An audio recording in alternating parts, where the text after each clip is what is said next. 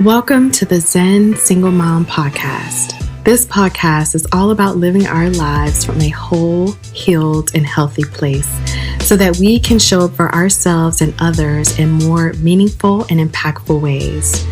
Our growth, healing, and fulfillment not only impacts our lives, but that of our children, communities, and the generations that follow.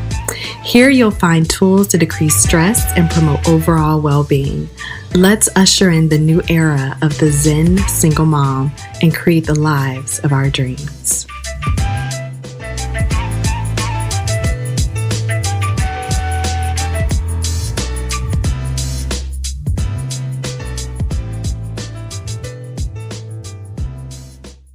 In this special episode of the Zen Single Mom podcast, we delve into the sensitive topic of grief through the lens of a heartfelt children's book. Joining us is Jocelyn Hardrick, a compassionate author, lawyer, mom, wife, teacher, and coach, who wrote the touching book titled, I Miss You, Daddy. This episode, titled Navigating Grief Together, A Journey for Single Moms and Children, explores the inspiration behind Jocelyn's book and the importance of opening conversations about grief in single-parent households. Together, we'll discuss practical ways single moms can support their children through the grieving process and the healing power of storytelling. Join us for a touching conversation filled with insights, empathy, and the strength that comes from facing grief together.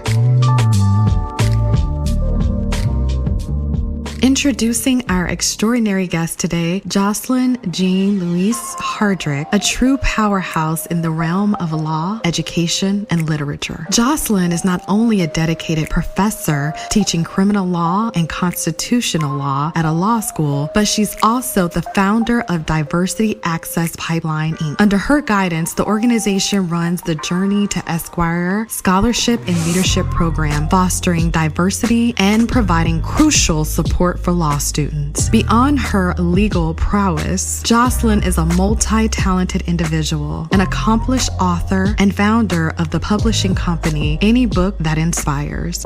Her commitment to diversity and mentorship has earned her prestigious awards, including the Florida Bar Young Lawyers Division 2019 Diversity Award and the Delano Stewart Award for Diversity. In her spare time, Jocelyn channels her creativity through writing children's books, mentoring aspiring lawyers, and indulging in her passion for art and the beach. Today, we're honored to have Jocelyn share her insight and experiences in our episode, Navigating Grief Together, A Journey for Single Moms and Children.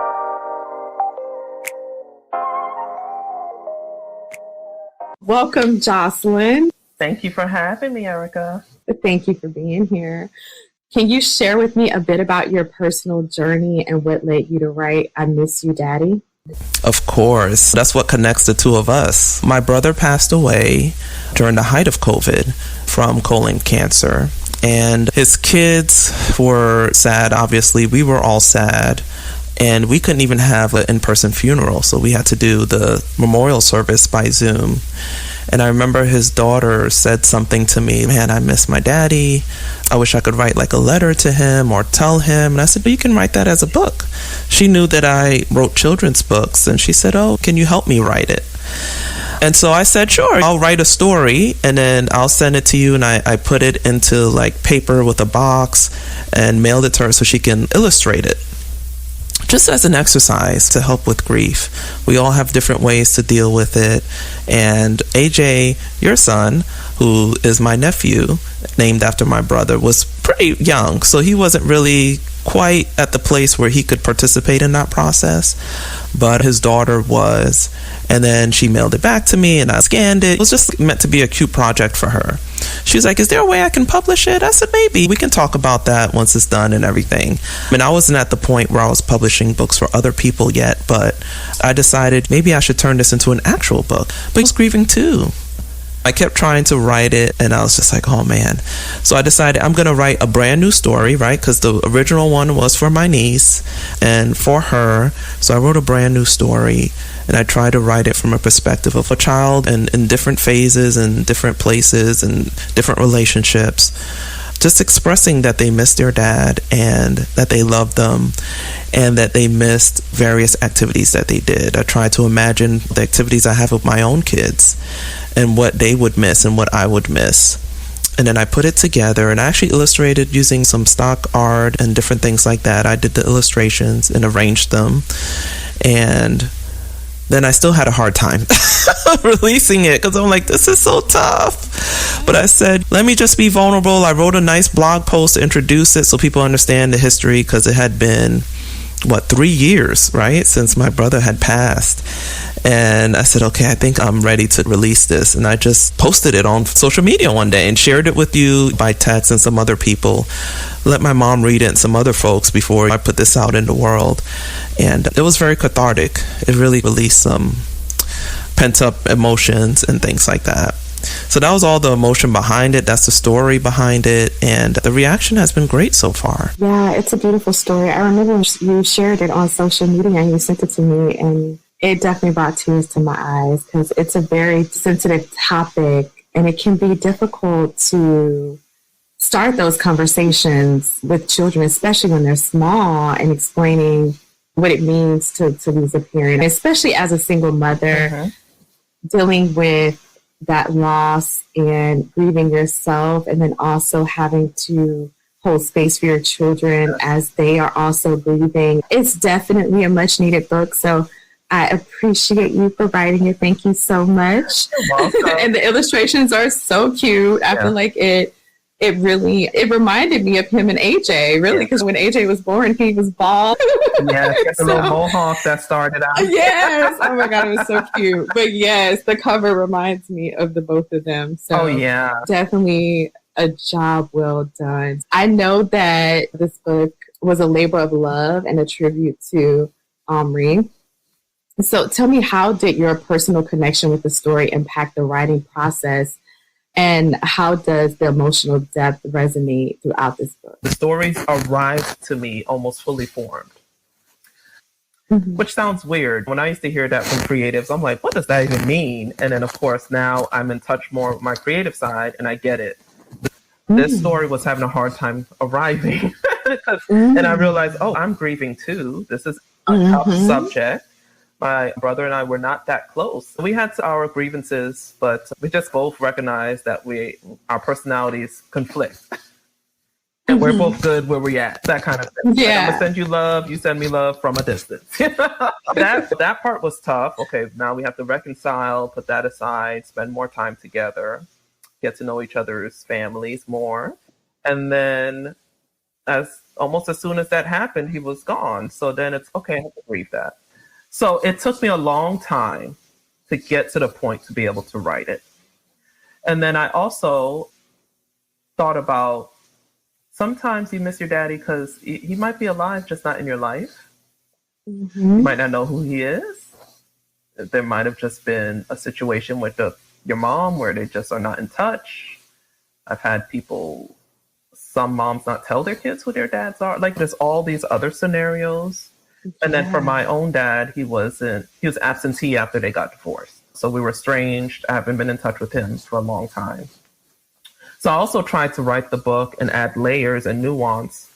So no matter where their dad is, they can express that they miss them and what they miss about them. And then they're also, as being a lawyer and working at the courthouse, I've seen a lot of people go to prison and their kids are babies.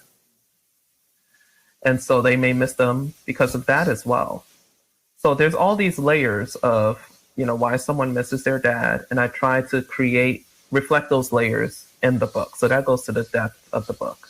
Okay, so I like that you mentioned the different layers that you added in there, because the grieving process doesn't just have to come from the death of a father. Just like the many scenarios that you mentioned, it can come from any of those, but yet still children are grieving in that way. And it's important as mothers for us to help them through that process. So what advice would you give to a mother as far as how to incorporate this book into opening up those conversations about the grief and loss? Yeah, I would just read the book to them without saying, oh, we're going to talk about grief and loss now. You know what I mean? 'Cause then the kid's like, wait a minute, this feels formal, serious. What's happening, right? It could just be like Right. amongst some books. You can leave it in the house, see if it catches your kid's attention, depending on their age. They may pick it up and just start looking at it and say, oh, what's this? I want to read it.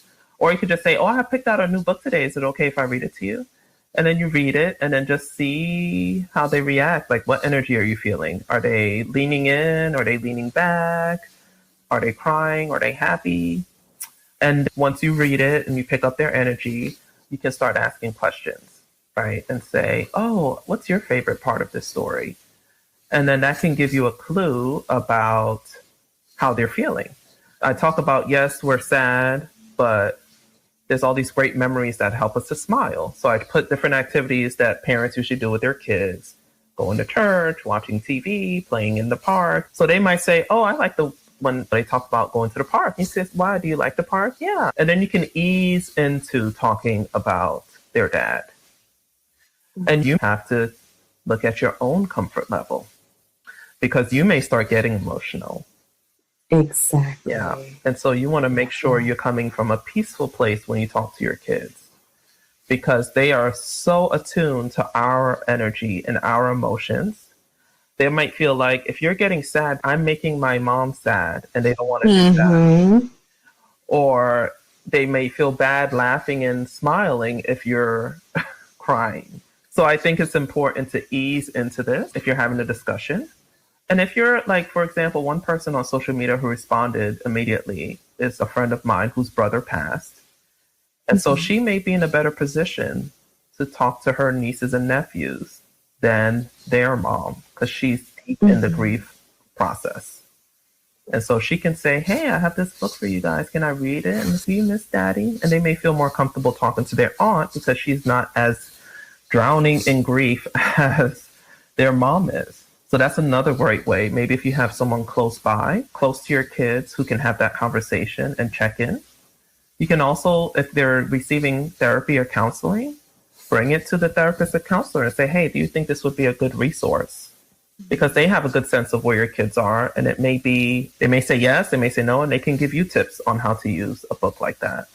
And there are lots of ways to introduce it and just ease into it. Yeah, I love what you said about having a community. Someone else who can help with that conversation. The parent isn't able to do so.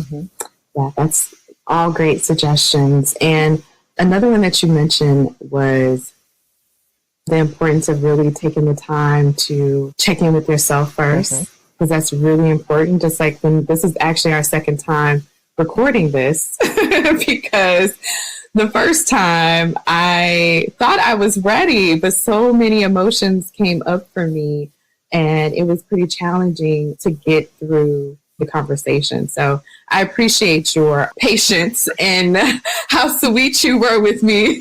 Yeah, no, yeah, time. I understand. It's tough. And I wasn't going to mention it unless you brought it up, but even before that, you're trying to schedule it earlier, and I was thinking, "Are you sure?" And you're like, right? Because I was like, "Oh, I'm like, let's do it tomorrow." Like, you know? yeah, and that's how grief works. It sneaks up on you sometimes.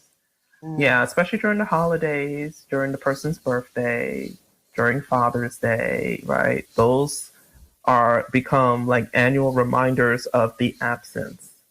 And in the book, I try to have the children focus on their presence. What was it like when they were here? And that can still be with you as you go forward in this physical life. Yeah, that's definitely important. Are there any specific activities or rituals you recommend for families to commemorate the lives of those they've lost?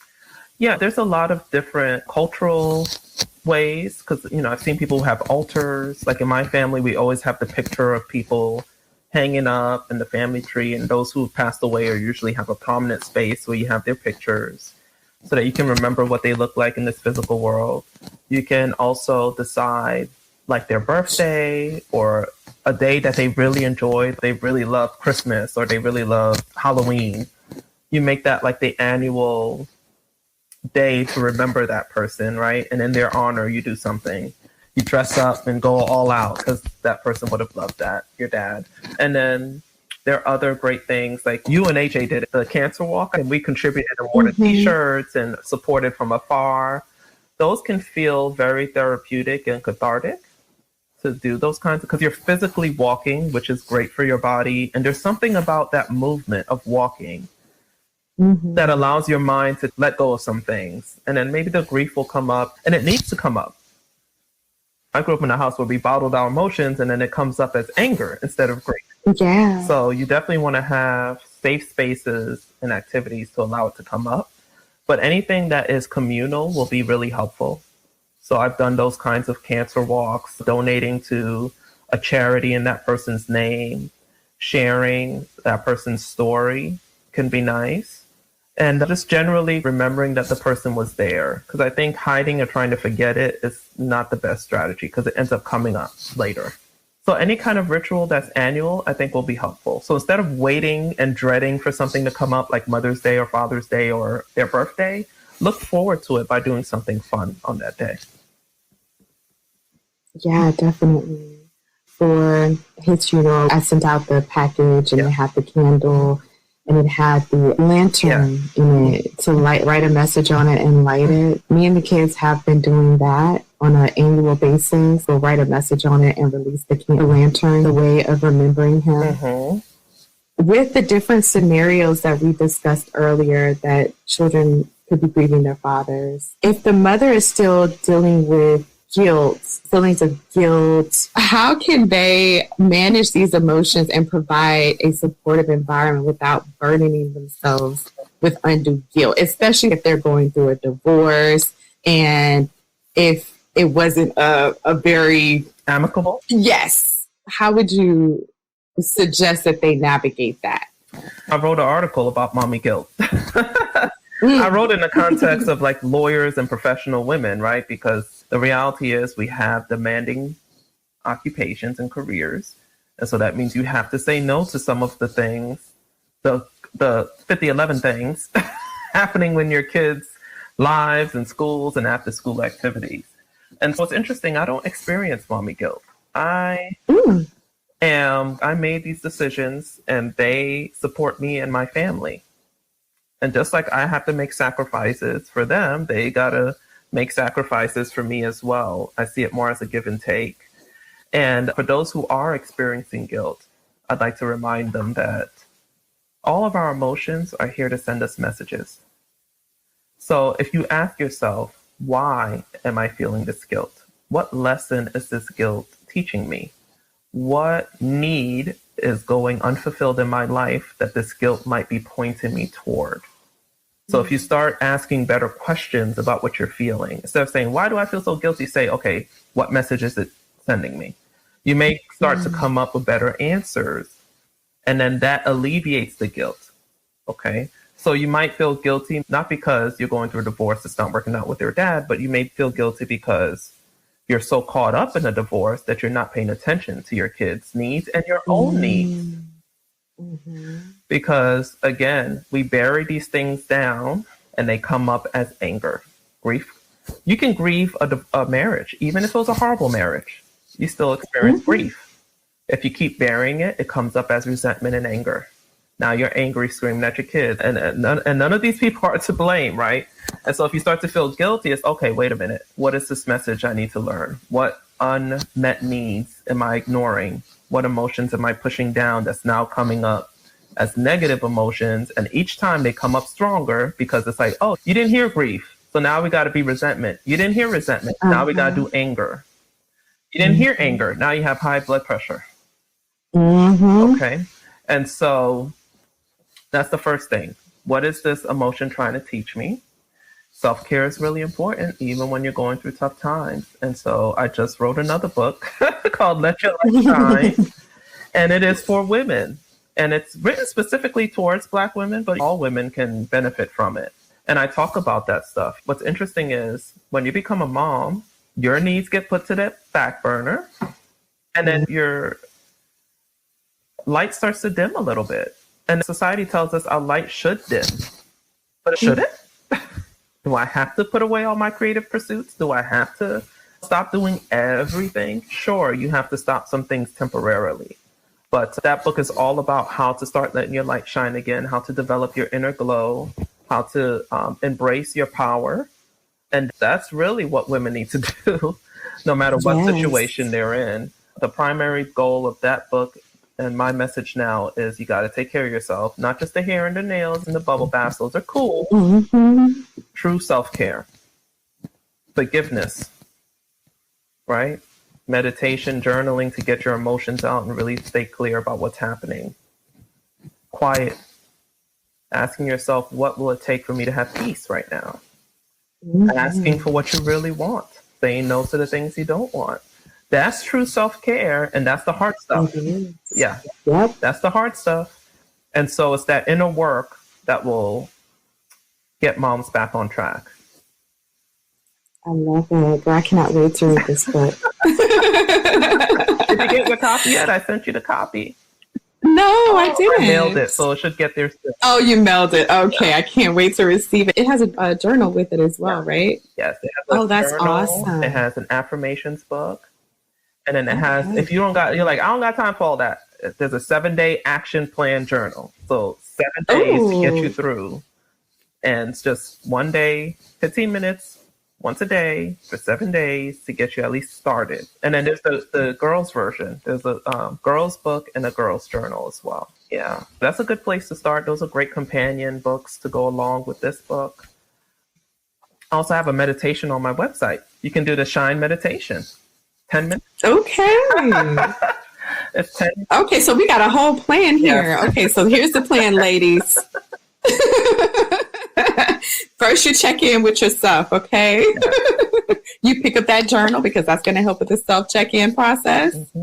Meditate, self-check, and then you start to have the conversation with the kids. And I love that you have the journal as well for the little ones. I know it's specifically for girls and shining their light, but we definitely need that in this space for sure. Yeah. So thank you. I can't wait to receive it. It's funny, my friends received it. She's reading it to her kids because she gives me feedback. Her daughter's very good at giving feedback, and I'm like working on her with her book. But her son said, "Wait a minute, I want a boy." Where's my book? I know. That was going to be my next question because, I got 2 boys. So he said, I like this book, but why is it only for girls? I need a boys version. I'm like, listen, I've written so many books. There's plenty of boys books, okay? This one's for the ladies. You just going to have to do it. I have a lot. If you go to my website, you'll see I have books that I've written with my son, and the main character is a boy. So there's at least 5 books where the main character is a boy. I have plenty of boys books. You'll be all right. All of my books have the theme of encouraging mindfulness and celebrating diversity. So in my children's books, there's always a diversity of skin tones, hair textures, body shapes. I'm very conscious about that. So for example, I have a book called Love the Skin You're In. So it's 4 girls, and they're from all the way fair skin, Lisa Bonet, to all the way dark skin, beautiful woman from Black Panther. She played the love interest, but y'all know who I'm talking about, okay? So then I got the same thing. Where's the boys version? So I said, okay. I did Love the Skin You're In too. TOO. It's 4 boys. I love it. Yeah. Okay. So I'm like, listen, the boys ain't always gonna get their version, but every now and then I'll do it. But yeah, because you know how it is. The skin, Black people come in all these skin tones, so we gotta love all of them. I always make sure I have dark skin tones represented because they don't get a lot of representation. I have books with Asian characters, Hispanic characters, Muslim characters who wear a hijab, Sikh characters. So all my books have different characters. And honestly, I grew up in New York City. So I grew up seeing all these different kinds of people, textures of hair, skin tones, languages, smells, foods, music. So I'm just trying to recreate that in my book. I'm speaking from my own personal experience. So, if you want to go just beyond I Miss You, Daddy, there's lots of resources on my website. Awesome. Can you share your website with us? Oh, yeah. So I have a few. The main one is JocelynHardrick.com, which is my first and last name. For my books, AnyBookThatInspires.com. So that's the name of my publishing company, Any Book That Inspires. For the Let Your Light Shine, I have LightShineBook.com. And then if you go to my main website, you'll catch all those because I have a podcast where I read some of my children's books. I have meditations. Yeah, I have YouTube channel where I read my children's books. So you don't even have to buy the book. Just go to the YouTube channel, let the read aloud play. My goal is just make this stuff accessible. Yes, absolutely. Yeah. Your book talks about celebrating the life of loved ones, lost loved ones. How can mothers help children shift their focus from the sadness of the loss to celebrating the positive memories? Yes, the book does a good job at that because it does start off with you're feeling sad and you feel the absence, and then it shifts into all the memories and all the great things. And the fact that different religions might phrase it differently, but most people who have spiritual beliefs have this sense of, even though they're not physically here, they're spiritually here. They're here in our hearts. They live in our, like, even your genetic material. You grow up with some of their traits and their appearance and all that. Having kids remember that, right? Especially kids, it's like 50% your dad. So he's living in you, in your hair follicles, in your skin, in your heart, in your different organs, in your chromosomes. So if they just get an understanding with that, I think that's a good place to start.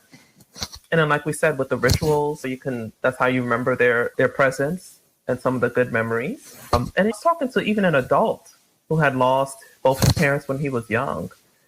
And he said something to the effect of, man, I wish I could talk to my mom and get advice from her now. I'm like, you can. You have an imaginary conversation. Like in your journal or when you're meditating, imagine they're there and that you're talking to them. It's almost like Black Panther when they go have the conversation with their ancestors. I'm not saying you're actually talking to them. I don't know. You can lean on your spiritual beliefs about that. But I think just going through that exercise can allow a lot of reassurance. For example, I've had people who write letters to loved ones that they've lost. And just, if you felt like there was some unexpressed stuff, just write a letter to them. And something about that can be so therapeutic. And so young kids, I think, because their imaginations are so wide open, they love doing stuff like that. Write letters to daddy and update them on what's happening. Draw pictures, art is good, crafts. And then as they get older, they can transform that into something that works for them. Yeah, absolutely. I think that art is a really good tool that it incorporates creativity and also allowing them to release those emotions and express it in a positive way. Like with writing of this book itself and how you started the writing process with his daughter and having her write the book and even illustrate the pictures. I thought that was such a beautiful idea and such a beautiful tribute to him. And I'm sure it was very therapeutic for her as well, because art definitely has a way of allowing us to channel those emotions and that energy. And it feels really good to see the finishing product when you're done. Yeah, it is a great way to express the grief and have a beautiful product at the end. If you talk to artists, that's what they say, right? Their art is life pouring out of them, right? Their grief, their loss, their just the stuff of life. And it really just can get your creative juices going. Yeah, I definitely can. So that's a really great suggestion. So we know that children may express grief differently than adults. How can moms recognize and support the various emotions children may be going through? I have a website that I recommend in the book because I'm definitely not a therapist or trained. Yes. So I just want to put that out there. But childbereavement.org has some great tips. And it says exactly what you said. Everyone experiences grief in different ways and in different time periods. And so what moms can do is create a caring, accepting environment to help with healing. Being in a community that has other grieving people can help. You also want to reach out to teachers and just let them know what happened. My child's dad passed away, and grief can show up in different ways. And if you can just let me know if you notice anything different about my child, that would be helpful. Because sometimes people forget to tell even the kids' teachers. I was an elementary school teacher for a year. I had kids going through all kinds of stuff. And I don't know what it is, but I'm trying to be compassionate. But then I'm also a teacher, so I can't have the child just running all over the classroom. So sometimes it comes up as kids acting out. Sometimes it comes as kids checking out completely. I had kids in my class, since the first day of class, falling out of his chair, doing this, that, and the other. So I was talking to his grandmother, and he told me the dad passed away, I think he was like shot and killed. He was really close to, so it's so shocking and immediate. And that's part of his acting out. Had another kid going through grief, but he was in class. He would just come late. He'd be sleeping all the time. He was checked out. Having the children's teachers keep a lookout will help. And there's usually grief counselors at the school as well, who can just observe your child without them even knowing, because you don't want your child to feel like they're under a microscope. That makes it worse. The self-care is important, and then you got to do the family care. So you have some time carved out for you to do self-care, and then maybe once a week, just one sit down as a family and eat and just be in their presence. You don't have to interrogate them, right? But you start to pick up things if you spend time with people. You're in your own grief. The kids are in their rooms doing their things. You just completely miss things. And then, like we said, have the family members check in. I think if they're surrounded by loving, caring people who just are keeping an eye out, that can help guide what the child needs. Because some kids they're okay with it. Ever since I was young, when my grandfather passed away, everyone was crying and upset. And I was like, oh, he's not here anymore? And that was it for me. And I was good. I don't know why I was like that. But if you're comparing my reaction to my sister's reaction, you've met Manishka, she's very emotive, she's very outgoing, she talks a lot. That's her personality. So she's going to react differently than I will during grief. Even with my father becoming absentee, we both had different reactions. I accept it. That's like he made his choice. And there's still a chance and he might reach out. And I can share that, by the way. I don't want everyone to feel like, why are you telling your sister's business? So I wrote her a book too, and that's in her book as well, because that's something that she went through. And so she allowed me to share it in one of the books that's going to be coming out soon. But yeah, everyone's going to approach it differently. And so just be open to observing what's happening with them to then try to figure out how to respond. Yeah, absolutely. And I like that you brought up the point about each child responding differently if the mother does have multiple children, because it may manifest differently in each child. So it's definitely something to look out for. Yes. And the age makes a big difference too. It definitely does. I know for AJ, he was 3 and he couldn't verbally express how he was feeling, but I noticed that he was very clingy. Yeah. And he followed me everywhere I went. At night, he slept right under me. I couldn't even roll over because he was right there. And he was also doing things he would pick at his lips until they bled. Yeah. Yeah. And the tough part about that during that time was that none of the therapists were seeing patients face to face. Everything was online. Mm-hmm. And I couldn't find a therapist that would take him at his young age online. So that was challenging. It was very challenging, but I just did a lot of reassuring for him, and I just held him tight and just loved on him as much as I could. That's all I really knew what to do in that moment, with the world being like it was at that time. Yes. So yeah, that definitely added another layer. We had to figure out a new way to grieve. Yeah. I read a book called The Myth of Normal. It's by Dr. Gabor Mate. And his parents were refugees from Nazi, Hungary, the Nazi era. So his mom literally had to give him up at 1 year to someone else so that they can escape the Nazis, right? Because he was a baby. She couldn't escape with him. And he traced some of his issues as an adult back to that moment. Really? And part of what he's teaching us is how to deal with children now, right? So that we can not repeat the mistakes of our past, but also understanding that our children, when they become adults, have to do their work as well, because we can only do so much. Mm-hmm. That's true. Yeah. And so moms have to... We can't shield them from everything. Exactly. Moms have to release this idea that we have 100% control over how our kids turn out. We do not. We are here as their guides. We do the best that we can with what we have. And then when they become adults, they will have the opportunity to do the inner work as well. And so you have to have faith in that. Absolutely. I know we touched on mindfulness, and you talked about the additional resources that can be incorporated, such as the book for the mothers as they do that self-care and self-check-in work for themselves. And then you also mentioned the empowerment book for young girls. How can mindfulness practices be integrated into their daily lives of the single mothers and their children to navigate the grieving process? Yeah, so the daily part, right? That's tough because Mm-hmm. in theory, like this sounds great, but when am I going to fit this into all the stuff I got to do? Exactly.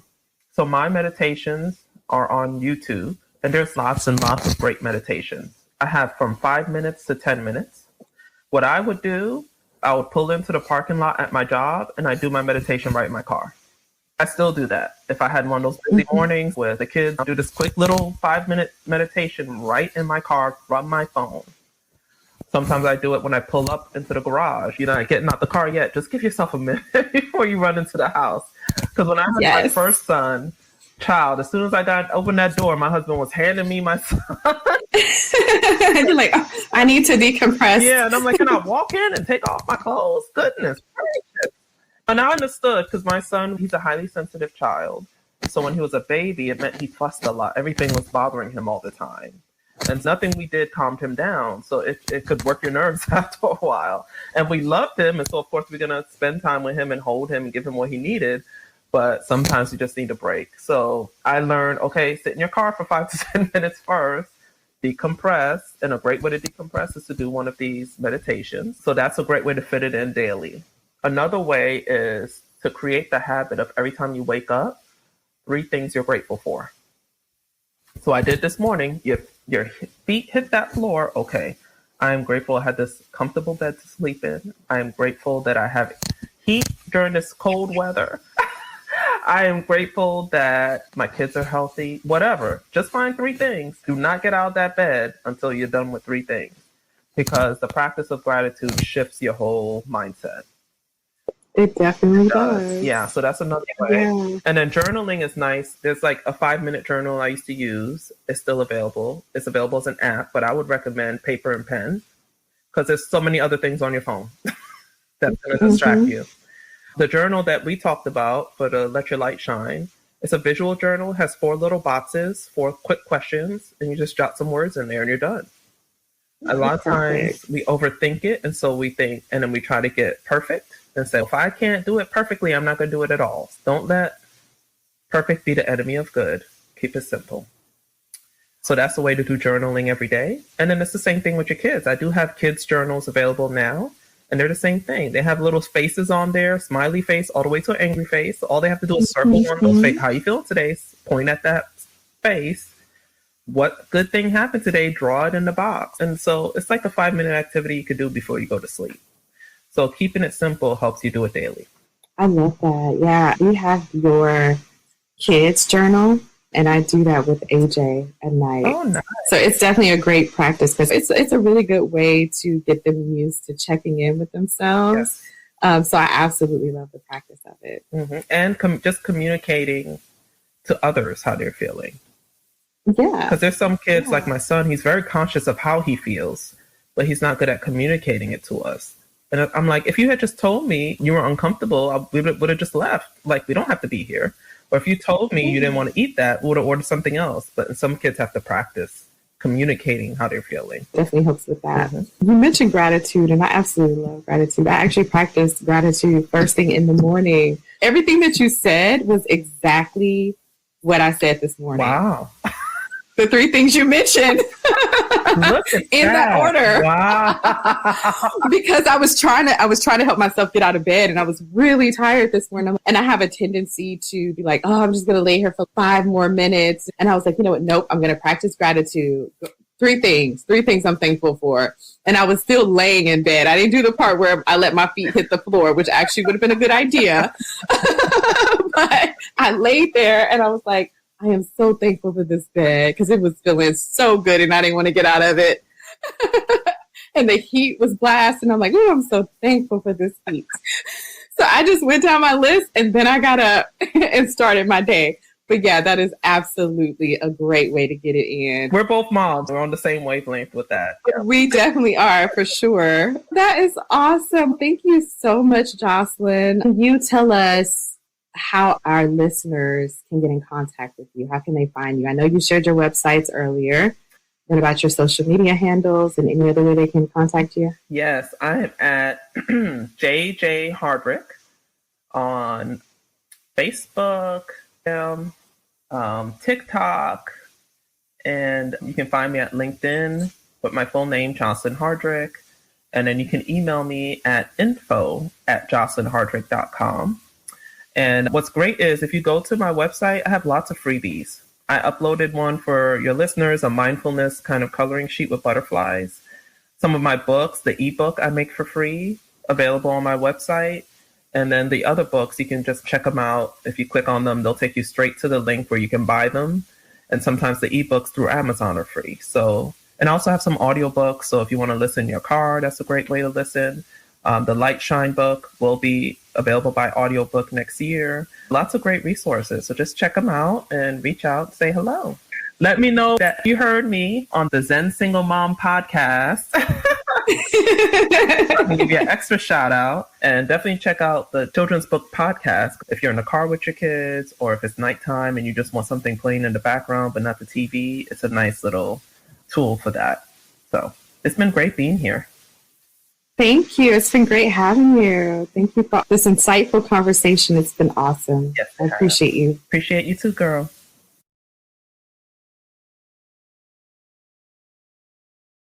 As we wrap up this episode, special thanks to our wonderful guest, Jocelyn Hardrick, for sharing her insights and the heartfelt narrative behind I Miss You, Daddy. For our listeners, you can explore her book for free at anybooks.inspire.com, and be sure to download the Mindful Butterfly coloring pages gifted by Jocelyn, available in the show notes and at thezensinglemom.com. Remember, you're not alone in your journey. Connect with us on social media at the Zen Single Mom, and stay tuned for this episode's mindfulness tool, grief journal prompts designed for both moms and children. Subscribe for future empowering content and visit thezensinglemom.com for more resources. Until our next episode, may you find peace, strength, and the support you deserve as you navigate the complexities of single motherhood.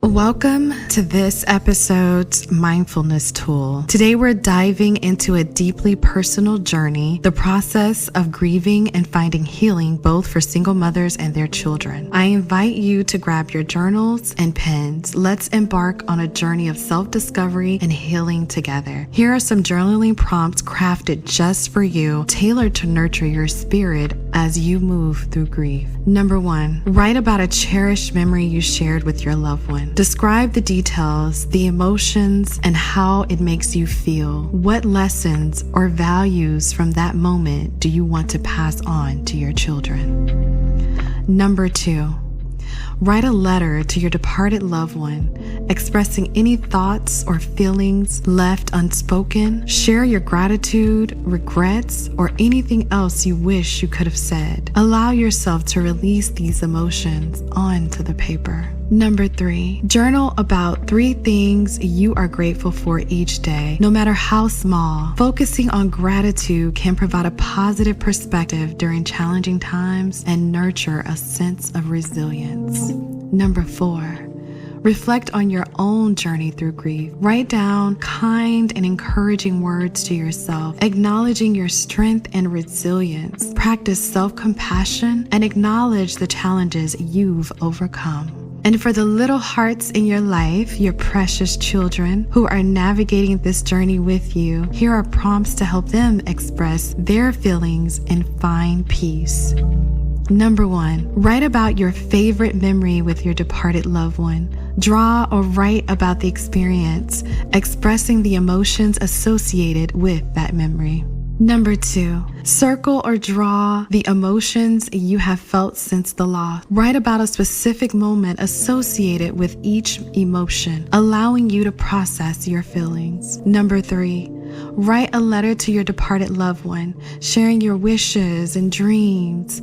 Talk about what you hope to achieve, your aspirations, and the things you would like to share if they were still there. Number 4, write about any comforting rituals or habits you have developed to remember your loved one. How do these rituals make you feel? Number 5, express your feelings through creative means.